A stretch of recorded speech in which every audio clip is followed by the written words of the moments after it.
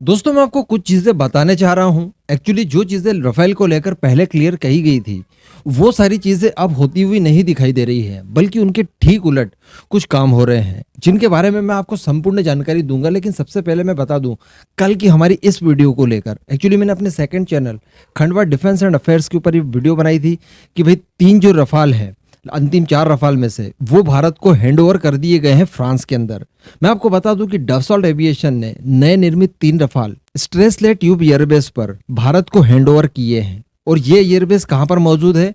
मर्सिले के north west में। जी हाँ, तो वहां पर भारत को हैंडओवर कर दिए हैं। अब ये भारत का काम बनता है कि उन्हें कब लेकर भारत आया जा रहा है। अब मैं आपको बता दूं कि मैंने इस वीडियो में बताया था कि ये 3 रफ़ाल जो हैंडओवर किए गए हैं, ये 15 से लेकर 16 फरवरी के बीच में हमें प्राप्त होंगे, वो भारत पहुंचेंगे। तो यहाँ पर कुछ लोग बोल रहे हैं कि आपने न्यूज़ गलत दी, क्योंकि बाकी मैक्सिमम लोग ये बोल रहे हैं कि 2-3 दिनों में ही भारत आ जाएंगे। तो यार इसके पीछे सच्चाई क्या है मैं नहीं जानता, लेकिन हिंदुस्तान टाइम्स के इसके आर्टिकल के हिसाब से मैंने ये वीडियो बनाया था। बस आर्टिकल का नोटिफिकेशन मुझे मिला 4-5 मिनट पहले, और उसके बाद मैंने उसको रीड किया और डायरेक्टली वीडियो बना दिया। आप ये आर्टिकल की कटिंग भी देख पा रहे होंगे, इसमें स्पष्ट लिखा है कि 15 से 16 फरवरी के बीच में ये भारत आएंगे। अब ये तो खैर समय बताएगा कि वो 2-3 दिनों में भारत पहुंच रहे हैं या फिर 15 से 16 फरवरी के बीच में भारत आएंगे।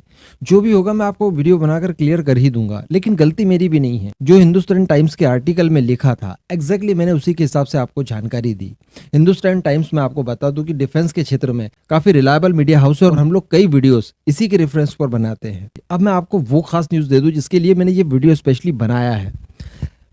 मैं आपको पहले कई बार बता चुका हूं कि जो 32 रफाल हमें मिले हैं, जिनका कि इंडियन स्पेसिफिकेशन एनहांसमेंट होना है, वो भारत के ही अंबाला एयरबेस पर किया जाएगा। इसके लिए जो स्पेशल किट्स वगैरह चाहिए वो फ्रांस से भारत आ जाएंगी और उसके बाद इनका एनहांसमेंट भारत में ही किया जाएगा। इसी के साथ साथ मैंने आपको कहा था कि जो बचे हुए 3-4 रफाल हैं उन्हें स्पेसिफिक एनहांसमेंट के साथ ही भेजा जाएगा, जिनके कि कई सारे टेस्ट एंड ट्रायल हमारी एयरफोर्स लेगी। उसके बाद जब इन्हें सूटेबल लगेगा तो बाकी के बचे 32 में भी यही वाला एनहांसमेंट होगा, बराबर। लेकिन दोस्तों अब कुछ खबरें निकल कर आ रही है, उसके हिसाब से ये जो 32 बचे हुए हैं जिनका एनहांसमेंट बाकी है, वो भारत में नहीं होगा बल्कि फ्रांस में ही होगा। जी हाँ, यानी हमें ये 32 के 32 रफाल दोबारा फ्रांस भेजने होंगे।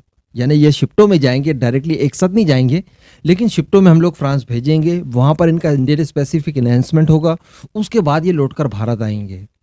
तो यहां पर कुछ ना कुछ दाल में काला लग रहा है। देखिए, सबसे पहले जिस तरह की खबरें निकल कर आ रही थी उसके हिसाब से केवल जो आखिरी का 36वां रफाल आएगा वही केवल इंडियन स्पेसिफिक एनहांसमेंट के साथ आने वाला था।